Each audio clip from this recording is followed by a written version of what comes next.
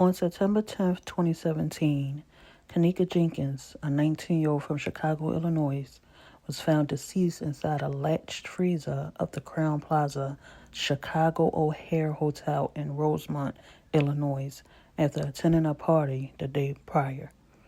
Even though the medical examiner report found her unaliving to be accidental, not everyone felt that way, including me. Hey y'all, hey. How you doing? How you been? How's your day? Come listen. It's time for a come listen episode. You guys ready? Because I'm ready. Let's go. So, Kenneka Jenkins was a resident of the west side of Chicago in the U.S. state of Illinois. Borrowing her mom's car that day, she left the house at 11:30 p.m. on Friday, September 8th, 2017. To attend a private party at the Crowne Plaza Chicago O'Hare Hotel in nearby Rosemont. The party, which consisted of Jenkins' friends, I use that term loosely, took place in room 926 of the hotel. Jenkins arrived at the hotel at 1:13 a.m. Saturday. Kenneka's mom, who reached out to the hotel after her daughter's so-called friends called her and told her Kenneka was missing. Footage from the hotel shows the 19-year-old wandering around the hotel alone. Clearly, something is wrong because Kenneka could barely keep her balance. Apparently, around 2 a.m., when Kenneka and her friends left the room, Kenneka went missing. The so-called friends then returned to the room without her to retrieve her car keys and a rumor has it her phone. They say she was in the hallway when they went back into the room. Why it took all of them to go into the room to get her cell phone and her keys, I don't know. But anyway, she was in the hallway, but when they returned back to the hallway to meet with her, she was gone. As you can see, she gets off an elevator in the lower level of the hotel. Did she just get in the elevator, press L, thinking she was going to the front, near the front desk? Footage has her walking past the front desk. I don't have that. Footage have her walking past the front desk minutes before this part. So she eventually got back on the elevator and went down to the lower level because the main level was apparently upstairs. Because this is where the kitchen is, where she's at now. So at first, a lot of the story was conflicted. At first check of camera footage that focused on the entrance and the exits turned up nothing. But at 10 p.m., this is the first assumption. Police spotted footage of Jenkins stumbling through the hotel. Her whereabouts remained unknown until she was found in the hotel freezer by an employee at 12:25 a.m. Sunday and pronounced deceased at 12:48. She was found laying face down on her side with one of her shoes off. There was no sign of trauma other than a small cut on her foot. The temperature inside the freezer was found to be 74 degrees Fahrenheit, approximately 2 hours after the doors had been left open. So at 12:46 p.m., Jenkins' oldest sister filed a missing persons report with the police, who officially reported Jenkins as missing at the hotel management at 1:15 p.m. Family members later characterized the individual police report as lacking in urgency. Martin and Harris returned to the hotel around 6 p.m., whereupon they proceed to knock on many guest doors from the top floor to the bottom until a hotel employee called 911 to complain. According to the police report, the credit card that was used to secure the hotel room was fraudulent and linked to a Chicago area gang. Although rumors of foul play circulated about the case, officials asserted that none of the allegations were borne out by the evidence. However, Jenkins' friends' stories remained inconsistent, as I thought they would, as to exactly what happened after the party. After she went missing, one of the friends texted another about how Jenkins was drunk and missing. The reply back was, "Fine, Kenneka, and I can't believe y'all lost her." They told Martin that Jenkins had gone downstairs with some people, but they left her alone to go retrieve a cell phone from the hotel room they were in. So that's another thing that got me, was that they're saying that she was left with people, like she left with people. But then before, it was stated that she was in the hallway waiting for them when they went to go retrieve her cell phone and keys. So that's another thing that got me putting quotations on these so-called friends, because at the end of the day, y'all not her friends if y'all let her wander off with other people y'all do not know. That's first.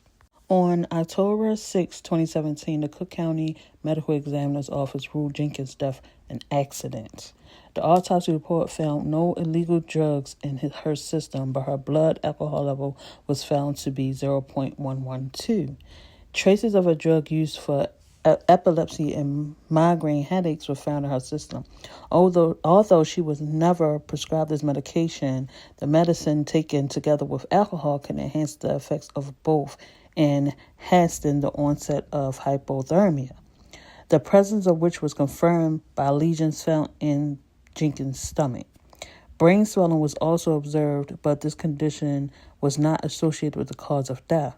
The Rosemont Police Department issued a statement the same day saying that while no foul play was suspected, their investigation had not yet been completed. An acquaintance who was present with Jenkins at the party noticed that Jenkins appeared to be swaying back and forth, and she embraced him in a hug. Several witnesses reported seeing her drink cognac, but did not see her partaking any marijuana or any other drugs. Another witness reported that Jenkins wasn't acting like her usual self, noticing that she would dance a little, but later appeared to be sad and went to go sit down. Her sister later spoke with her over the phone for the last time at 1:30 a.m. Jenkins was briefly seen with others walking through one of the halls in the hotel. Camera footage later surfaced of her staggering, apparently intoxicated, near the front desk at 3:20 a.m. And 5 minutes later, she could be seen leaving an elevator on one of the lower level floors. The final footage, which captured Jenkins alive, was time-stamped at 3:32 a.m. It showed her arriving at the kitchen, where she rounded a corner towards the freezer. The freezer's door itself was reportedly out of the camera's sight. Now, if you look closely at this video right here, this guy appears in the footage stamped at hours later after 3 a.m. after she done already walked towards the freezer. Allegedly, this guy came out of nowhere. Somebody apparently found her.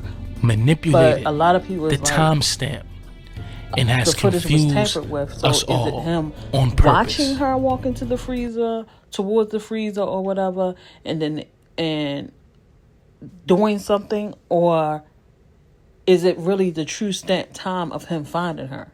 Because if I'm not mistaken, 200 hours military time is what, 10 o'clock? If I'm not mistaken, at night.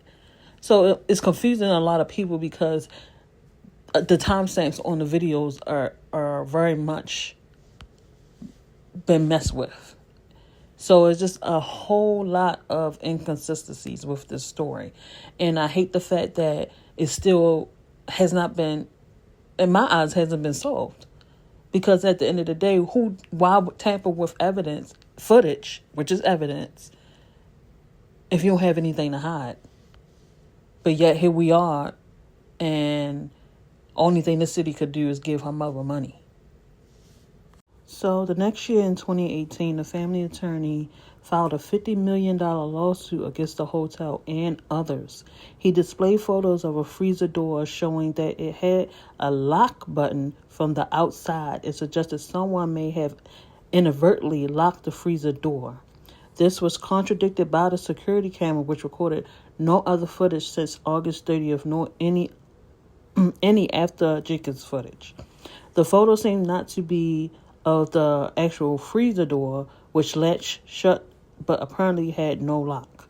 A white circular handle on the inside, which would have enabled a person to exit on their own, appeared to be in good working order. The attorney asserted that the hotel had the means to lock off the kitchen area as it had a pair of polywood doors with a padlock. The lawsuit was settled in December 2023 for $10 million. Court records show that the defendants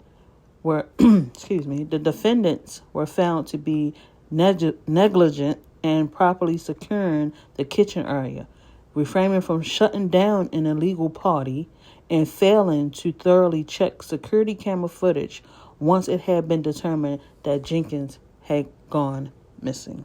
Now, this is not my first time dabbling in this situation as far as Kenneka Jenkins is concerned. I did this story when I first tried to start my YouTube channel, and the story hit hard. And as I read it and as I followed the investigation and stuff, it just always been something off with it for me. So I just wanted to revisit and show people that probably don't know her or probably don't know the story, that is it just me or is it something off here? Because the whole situation is weird to me. And the fact that they throw money, in my eyes, sometimes to prevent from doing their job. If the footage was tampered with and stuff like that, and they could have did all, so there's a lot of things that could have been done to prevent this. First of all, you got this young lady walking through a hotel room, a hotel alone, not a person in sight. Not a person in sight. Not even somebody to come down and check. Where's security? Where's the staff? Because if the kitchen was supposed to be locked off, why wasn't it locked off? And if the person that was supposed to have locked it up did not return, why? Why didn't you return to see whether you did your job to make sure the kitchen was locked down? Why didn't y'all do your job when y'all realized, because from what I hear, it was complaints about the party, but yet they still let the party go on. Just greed to sell a room. And now a young lady is gone. And her mother is still grieving. Y'all think $10 million is going to cover her heart after she lost her daughter? No, it's not. But let me know what y'all think. Please, come. I'm listening. Let me know your comments below. Bye.